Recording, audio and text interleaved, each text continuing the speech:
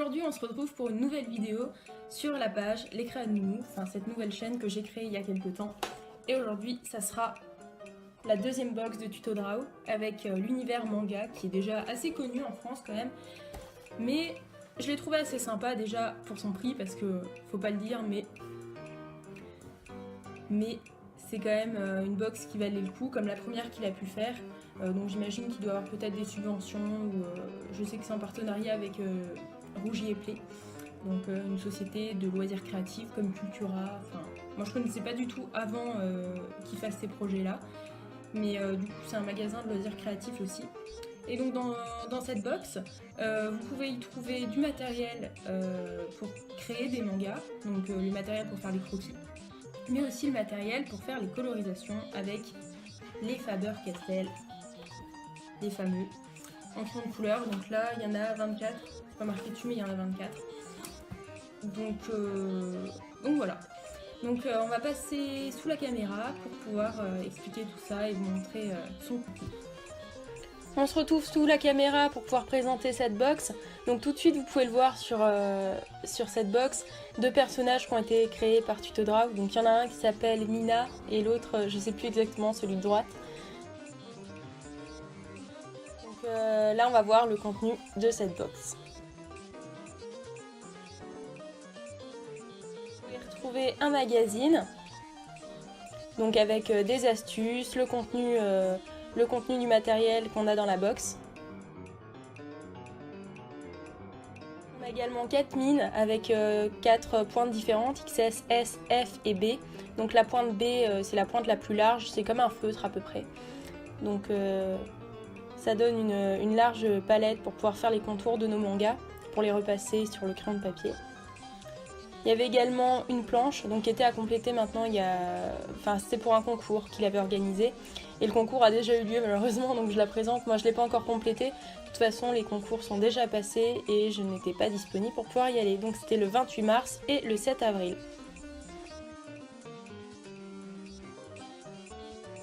Il y avait également une carte chez Rougier Play que je n'ai pas encore utilisée cette fois, donc de 5 €. C'est super sympa pour pouvoir compléter notre matériel.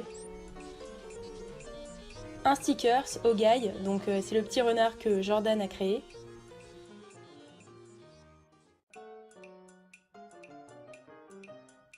Un taille-crayon de chez Faber-Castell, donc il a une apparence qui est quand même assez simple, mais c'est plutôt pratique parce qu'il peut se refermer et au moins tous les morceaux de crayon ne tombent pas dans la trousse. On y retrouve aussi une autre gomme, donc Dust Free, donc il y en avait déjà une dans la précédente box. Elle gomme super bien et vraiment aucun reproche à lui faire. Ensuite, une petite règle pour faire les cercles, les bulles de parole pour les personnages de nos mangas. Une trousse estampillée Team Draw, donc vous allez pouvoir mettre votre matériel dedans. Et donc du coup tout le matériel passe. Bon, elle est quand même relativement petite, on ne le voit pas à l'écran, mais c'est déjà sympa d'avoir une trousse pour pouvoir mettre ce matériel.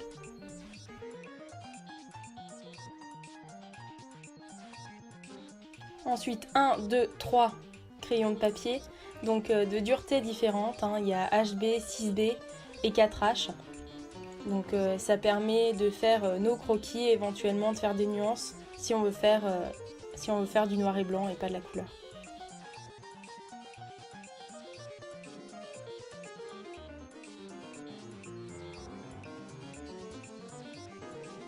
Un crayon, donc un critérium, ou un porte-mine pour ceux qui l'appellent comme ça. Donc pour faire sortir la mine, vous appuyez ci-dessus comme celui-là, comme là je peux vous le montrer.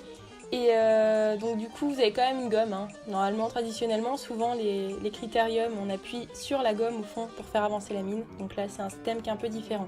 On y retrouve également une estompe en papier pour étaler nos crayons.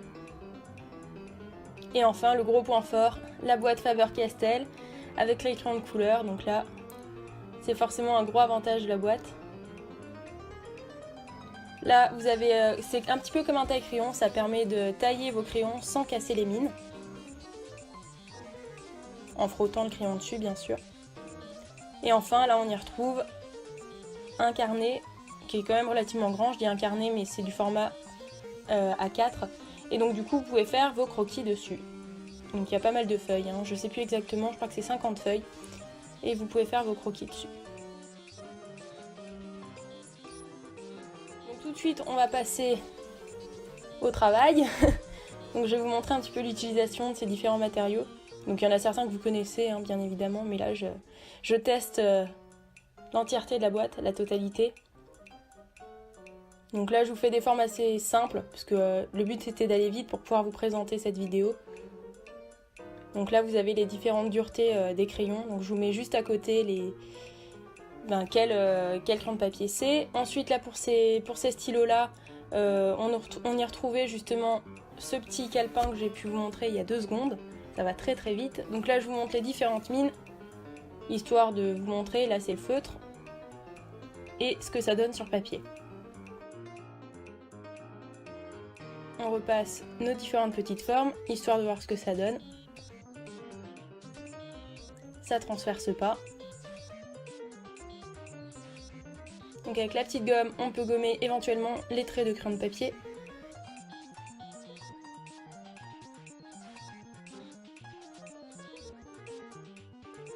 Donc là je gomme les références, mais bon, ça vous permet de voir que ça gomme très bien. De toute façon les références, vous avez pu les prendre avant. Et comme vous pouvez le voir, ça fait pas beaucoup de résidus. Donc ça c'est plutôt sympa aussi. On passe au crayon de couleur, donc pour voir un petit peu ce que ça donne.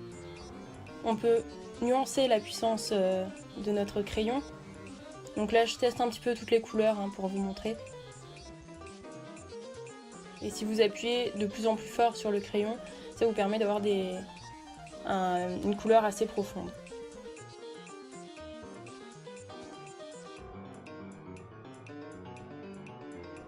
On va voir ce qu'on peut estomper avec ce genre de crayon, avec justement l'estompe en papier qu'on a pu voir juste avant. Donc je place toutes les couleurs de l'arc-en-ciel.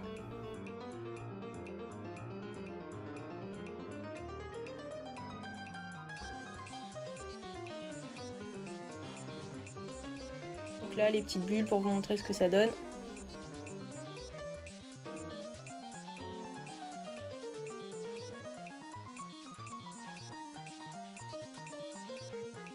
Et donc là on va passer justement à l'estompe.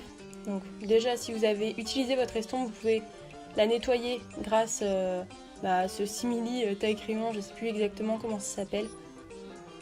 Donc on peut estomper le crayon de papier. Donc on la nettoie, vous voyez bien qu'elle est sale, on la nettoie.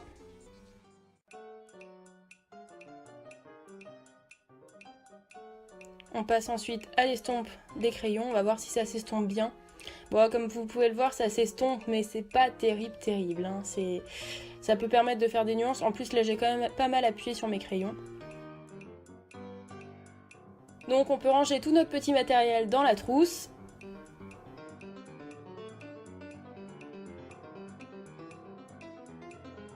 J'espère que cette vidéo vous a plu. Si c'est le cas, n'hésitez pas à mettre un petit pouce vers le haut. Ça m'aidera beaucoup pour faire évoluer la chaîne puisqu'elle débute. N'hésitez pas non plus à partager la vidéo sur vos réseaux sociaux et vous pourrez voir également d'autres vidéos déjà présentes sur ma chaîne avec le stylo 3D mais aussi la vidéo précédente que j'ai fait avec la précédente box, donc celle sur le doodle art. Je vous souhaite une bonne journée et à très bientôt sur la chaîne pour une nouvelle vidéo.